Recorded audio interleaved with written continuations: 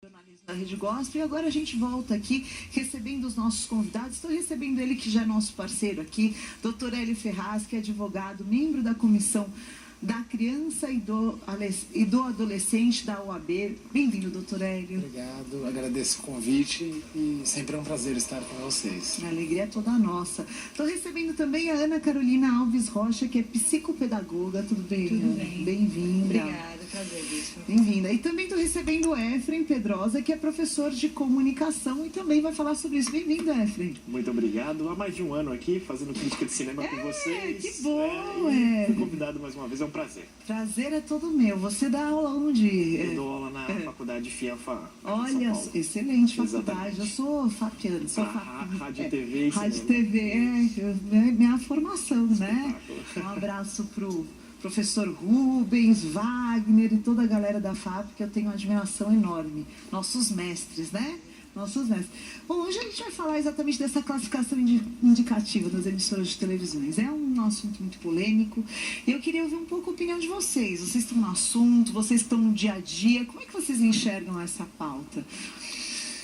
Então, Bispa, novamente a intervenção do Estado diante da ausência do controle por parte dos pais, muitas vezes, né? A gente sempre fala da necessidade do acompanhamento dos pais em relação aos filhos e que isso aconteça de forma sempre preventiva, né? A gente vive em uma sociedade em que a tecnologia da informação é muito grande, né? A informação entra por todos os ambientes, por todos os meios de comunicação, de todas as formas possíveis. Então, estabelecer estes filtros é algo extremamente importante. Gente, desculpa te interromper, mas chefe Raimundo hoje arrasou. Com Olha toda que a justificativa, disso, né? Desculpa te interromper. Imagina. Parabéns, chefe. Obrigado por todo o carinho aqui com a gente. Bom, então... Você acha que é uma intervenção? Porque eles estão alegando que essa indicação que já existia de classificação por horário é inconstitucional. Eles estão, na verdade, querendo, na minha opinião, né, e olha que eu prometi que ia dar minha opinião no fim, mas eles estão desfavorecendo aquilo que é o ideal, né? Existe um consenso mundial de que alguns tipos de programação só se passa depois de algum horário. Agora, a política que está exercendo, a pressão das emissoras de televisão a favor, porque isso compromete a programação delas, não é, professor? Exatamente. Os programas de humor têm que ficar para mais tarde por causa dos palavrões. O que é interessante destacar é que, assim, na antiga lei, você tinha ali, lógico, né, por exemplo, a classificação. Quando você fala da classificação etária, democraticamente falando, você tem a opção, óbvio, né, por conta da classificação, você olha, percebe ali o grau, o teor do programa, da programação e seleciona se aquilo é bom ou não para o seu filho, para sua filha, até mesmo para você. É um parâmetro, né? Exatamente. Você fala, puxa, você é 14, meu filho está com 10, então vou assistir acompanhado. Exatamente. A ser 16 não é para ele assistir. 16, 18, nem pensar, exatamente. Então você já consegue filtrar por aí. Só que uma questão em que estão batendo bastante na tecla é justamente de como isso é informado ao telespectador. Então, quando começa o programa, aparece a vinheta lá da classificação e depois não aparece mais. Não se fala mais Logo nada. depois que foi aprovada a lei, algumas emissoras tiraram essa vinheta. Então, assim, a informação não está lá. Ela precisa estar lá constantemente. Quando você tem TV a cabo, por exemplo, a TV por assinatura, você tem um controle e você consegue ir lá através do botão lá de informação. Sim. Você consegue verificar a classificação, etc. Sim. Mas nem todo mundo tem acesso. Que é a grande maioria da população. Exatamente. Né? Então, Eu acho que o que é importante destacar é assim, o que o STF julgou é uma parte do dispositivo legal. Então, assim, em cima do que a lei determina, uma parte dela foi considerada inconstitucional. Que é a parte da multa. Que é a parte que estabelece justamente a multa. Por quê? O que o STF entendeu? Que há necessidade da classificação indicativa e que ela é positiva. Mas que ela tem então que ser informativo. Não impositivo. Não impositivo. Ele não pode determinar na proibição do acompanhamento. Então não desobrigou de ter a indicação. Não, ela continua. Até porque essa classificação é muito vantajosa para quem tem decoders, né? Principalmente dos assinantes de TV a cabo, tem a opção de deixar bloqueado. Por exemplo, eu na minha casa, com os meus filhos. Exatamente. O que eu estabeleci? Até 14 anos, eles têm acesso restrito. Tá assistindo um programa de televisão até 12 anos, até 14 anos, e de repente entrou um programa com censura 16. Automaticamente entra uma tela pedindo uma senha. Exatamente. O então, que é ótimo para nós pais. Sim, sem dúvida. Então isso não cai. Não cai. A classificação indicativa continua, ela é obrigatória, mas o que caiu foi a questão da multa. A multa não pode mais ser aplicada. Essa ação direta de inconstitucionalidade iniciou por iniciativa de um partido, o PTB, que justamente alegava que a arrecadação vinda desta modalidade de cobrança de multas contra as emissoras de televisão era ilegal. Então, o que você acha? Ilegal ou não? No meu ponto de vista, a gente tem que estabelecer quais são os critérios e qual vai ser o órgão fiscalizador. Ninguém fiscalizou? Na verdade, ficou uma situação assim. Pode ser aplicada a multa, mas quem aplica? Não sei. Não tem. Não sabe se é a Anatel, não sabe se é o órgão autorregulatório. Não se estabeleceu quem.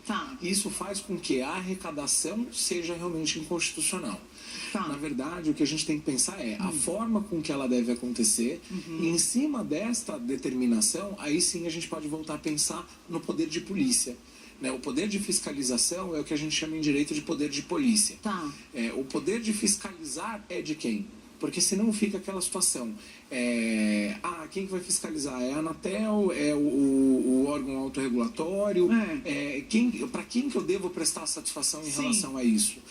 Por exemplo, a Ancine assumiu em relação ao cinema a determinação de que ela faz a fiscalização. A Ancine então faz no cinema a fiscalização? Exatamente. No cinema é ela que faz a fiscalização. Ótimo. Então, ela, inclusive, aplica a multa prevista no Estatuto da Criança e do Adolescente.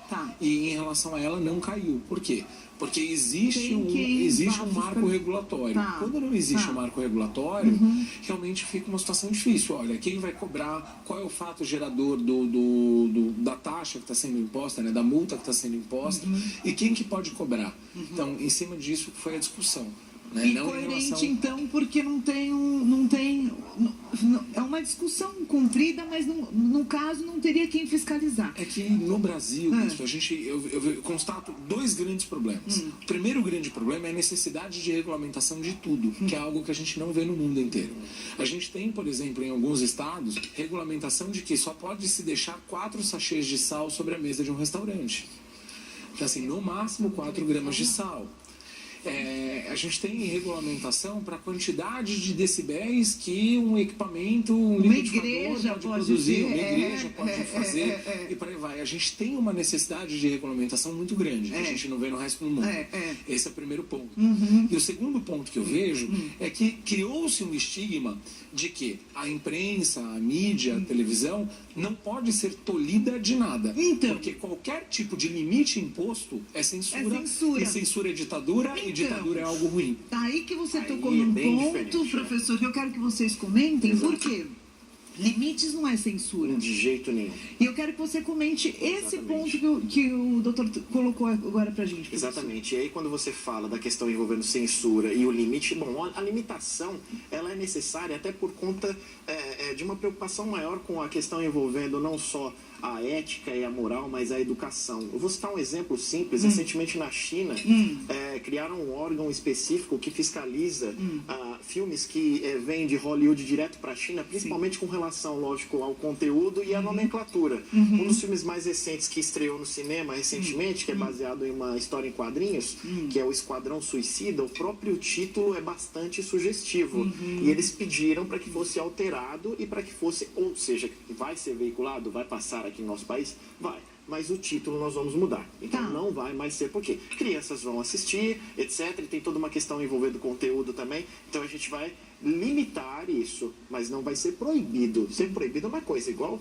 o doutor mesmo falou. Quando você lembra da ditadura, você tem exatamente a proibição, a inibição de tudo isso, então você fica de mãos e pés atados. Agora, com relação ao que nós temos hoje, a TV ela precisa também buscar uma adaptação nesse sentido, porque faz parte, tudo bem, o produto televisivo, quando você fala do produto TV, a gente tem diversos tipos de programa, mas todo mundo concorda que existem alguns programas que não devem, de fato, ser veiculados, por exemplo, no período da manhã, no horário do almoço ou coisa do gênero. É uma questão de bom senso, entendeu? Bom senso porque a TV nós sabemos que ela é influenciadora. Exatamente, né? formadora de opinião. Formadora de opinião e também ela forma arquétipos, ela forma modelos de comportamento. Exato. Novelas, ela é a etc. grande babá do século É a XXI. grande babá. E as pessoas às vezes... Ainda mais agora com o celular, smartphone, tablet, ou seja, você consegue acessar tudo de qualquer lugar, a portabilidade é a todo vapor. Então, assim, não tem mais igual... a gente estava conversando até nos bastidores. Antigamente, nós tínhamos nossos pais e, por exemplo, a mãe era uma figura muito mais presente em casa. Né? Às vezes até mesmo o pai. Hoje em dia, não. Então, os dois praticamente ficam fora. Então, as crianças, elas têm praticamente têm um livre acesso nesse sentido. Então, tá muito mais difícil hoje você conseguir educar nesse sentido. E a TV, ela influencia tanto quanto no passado. É que eu acho assim, professor, que entra no embate. Eu não sou a favor, né? Eu acho que tem que ter a programação adequada para cada horário, porque uma criança normalmente à noite vai estar dormindo, porque ela tem a sua obrigação, ela tem a sua rotina. E aí o adulto se quiser assistir um conteúdo, ele já é criado, Mas né? aí que tá, a TV ela precisa de uma certa dose de bom senso. Se você pega 10, 20 anos atrás, você tá um programa já extinto. Era um quadro do Gugu, que chamava Banheira do Gugu. Sim. Passava às 4 da tarde. Inadmissível. Era quente aquilo. Inadmissível, entendeu? Você mudava para Só que, um outro por exemplo, canal, você via as crianças dançando na boquinha da garrafa. E era mesmo. Então, A assim, televisão brasileira é muito sensual, né? hoje colhemos as consequências, as sequelas dessas atitudes do passado. Exato. Não, só que o que eu penso é assim, enquanto na TV a gente segue esse bom senso, porque é um veículo de comunicação em massa, a internet também tem se tornado um veículo de comunicação em massa e a pessoa acessa o que ela quiser, a hora que ela quiser. Exatamente. Então, às vezes, você também regular a TV e não pensar que o conteúdo hoje ele está disponível a hora que quiser, a quem quiser, é um pouco paradoxo, né? A internet hoje a internet tem um filtro também, isso eu já vi, tem um filtro que você consegue filtrar o que A pornografia, os sites inadequados. Sites inadequados. Mas, por exemplo, se tiver uma novela lá, né, em qualquer desses aplicativos das emissoras, que ela... por exemplo, a indicação dele é 9 horas, 10 horas da noite. A pessoa vai ter acesso a qualquer momento. Desde que tenha o cadastro. E aí entra dos pais também o controle. Sim, né? porque a TV não exige isso. Exato, né? a gente não pode só quarteirizar essa responsabilidade. Os pais têm que assumi-la. Então, esse é o ponto, não é? Por exemplo, na minha casa. Na minha casa, as crianças têm acesso. A gente está vivendo a grande onda da internet, né? A terceira onda da internet, que é a famosa internet das coisas. Que é justamente a retirada da internet do computador e trazê-la para o tablet, para o celular, para a bicicleta que é locada, para que você ande para cima e para baixo, por aí vai. Então, essa onda da internet faz com que o conteúdo on demand seja uma grande preocupação. Existem soluções extremamente simples e praticamente gratuitas, a maioria delas inclusive gratuitas, em que você consegue bloquear esse conteúdo. Então, por exemplo, existe um sistema que é gratuito, que eu possuo, por exemplo, instalado na minha rede, em que qualquer tipo de conteúdo, mesmo se for, por exemplo, um grande portal aberto, qualquer tipo de conteúdo proibido, mãe, mas eu não posso mais nem assinar o Google, porque o sistema que eu implantei, ele enxerga como o seio, né? Aí ele falou, pô, alivia um pouco aí, mas é ótimo, é eficiente. A gente precisa conseguir encontrar formas de protegê-los, até que eles tenham condições. Proteção, não é repressão. É assim que você enxerga como... Eu acho assim... Uma mestre, uma pessoa que cuida de crianças, doutora? Eu vejo assim, eu dou aula há 13 anos, então assim, eu vejo que hoje em dia a mídia, tudo, ela influencia bastante. Então você vê, cria meninas de 6 anos parecendo uma moça, mulher. E aí eu falo assim, nossa, hoje eu brinquei de boneca até meus 14, 15 anos. Minha filha brincou até os 11. O povo entrava em casa e falava assim, mas ela ainda brinca de boneca? Hoje em dia você não vê mais ninguém brincando de essas brincadeiras antigas. Eu estou com um projeto na escola onde eu trabalho de jogos e brincadeiras antigas para poder resgatar isso com as crianças. Que legal. Tirar um pouco. E também, assim, eu vejo que, assim, as mães, acho lindo. Tá vendo como ela é mocinha? Que lindo. Isso é uma consequência Aí que a gente menina vai... entra na puberdade com 10 anos, já tem que carregar essa responsabilidade enorme, que ela nem sabe o que é. Exatamente. Até uns 18 anos, quando ela vai ter alguma consciência de que o corpo dela já está preparado para tanta responsabilidade. Exatamente, eu acho assim, hoje em dia tá muito, é tudo, né? Então é televisão, as propagandas, que nem igual hoje em dia, antigamente foi a questão da censura, tudo, eles colocavam assim, a boneca se mexia sozinha, aí eles colocavam embaixo, as imagens são meramente ilustrativas, é verdade. Hoje em dia você não vê mais isso, aí então é o sonho das meninas, a minha boneca vai falar e vai andar sozinha, e não é isso. Eu acho que, na verdade, a gente foi para um buraco muito maior. A gente chegou a um ponto inadmissível, que era principalmente nessa época que a gente tinha banheiras na televisão, que a gente tinha boquinhas da garrafa em outro canal, e que a gente encontrava a erotização e a sexualização da criança em todos os mecanismos, em todos os meios de comunicação praticamente existentes à época. Naquela época a gente não tinha alternativa de buscar TVs a cabo, a gente tinha o início, a gente engatinhava a questão da TV a cabo no Brasil. Era algo muito restrito, muito mais do que é hoje, ainda é um tanto quanto restrito. E quando a classificação entrou, eu acho que ajudou bastante nesse sentido. Sim, saímos desse buraco. Exato. Mas assim, voltamos a entrar agora nessa mesma discussão, por quê? Porque surgem novas tecnologias. Exato. E de nada adianta a gente simplesmente estabelecer um limite para a televisão. Eu acho que deveria ser no conteúdo em geral. Exatamente. Esse conteúdo, não importa a plataforma que ele vai ser distribuída, rádio, TV, ele é adequado para tal idade. Eu acho que isso é importante, porque como o pai não vai ter o tempo de assistir tudo, ou eu não posso descobrir depois que eu estiver dentro do cinema. Esse tipo de coisa. Não posso descobrir depois que eu entrei no cinema que aquele filme não é adequado para o meu filho, né? Não posso descobrir no meio da programação. Eu passei por uma situação como essa, com os meus Já 3 passei algumas filhos. vezes. Não, mas assim, era um filme. Você não fica depois constrangido, né? Era uma Sai com as classificação. crianças, aí a classificação era 14 anos. Você pensa que tá seguro. Isso, a gente falar. Meu filho tem 9, mas vamos lá. Junto, Acompanhado. A gente ficou 4 minutos dentro do cinema e levantamos e saímos completamente constrangidos. Eu já passei por isso porque também. eram palavrões de baixíssimo calor. E as crianças olham pra gente com aquela cara assim, tipo, onde é que você me trouxe, né? Então quer dizer que eu posso falar isso? Não tá liberado. Às vezes a análise do conteúdo ela é um pouco falha nesse sentido também. Não só com relação à TV, mas com relação ao cinema. A gente é surpreendido. Igual você vê lá a classificação 14 anos, você se sente seguro. Você fala assim, classificação 14, vou entrar. E aí você é surpreendido. Então, precisa olhar com mais cuidado também, né? Professor, para encerrar a consideração de todos vocês, tem interesse comercial atrás de tudo isso, mais do que o moral e social? Olha, eu acredito que existam duas frentes, entendeu? As pessoas que, de certa forma, entendem, compreendem e sabem muito bem do que se trata e trabalham em prol justamente para que toda a sociedade, de certa forma, cresça de forma coerente, de forma educada, etc. Então, existe uma pequena parcela. E a outra parcela, é óbvio, está interessada muito mais em ganhar dinheiro. Então, assim, quando você fala em cinema, cinema é arte. Mas o cinema, ele... Vive de bilheteria. Bilheteria, é para as massas. A reprise da novela, eles querem que seja 4 da tarde, a novela que eles fizeram para as 9. Programas televisivos, idem, entendeu? Então, assim, audiência é sinônimo de dinheiro. Então, existem duas frentes aí. Agora, saber quem vai vencer nesse braço de ferro é uma situação muito difícil de prever. O que a gente pode fazer hoje é acompanhar os nossos filhos, debater, informar, acompanhar os nossos filhos, né? E o principal, informar, passar a transmitir a informação para todos.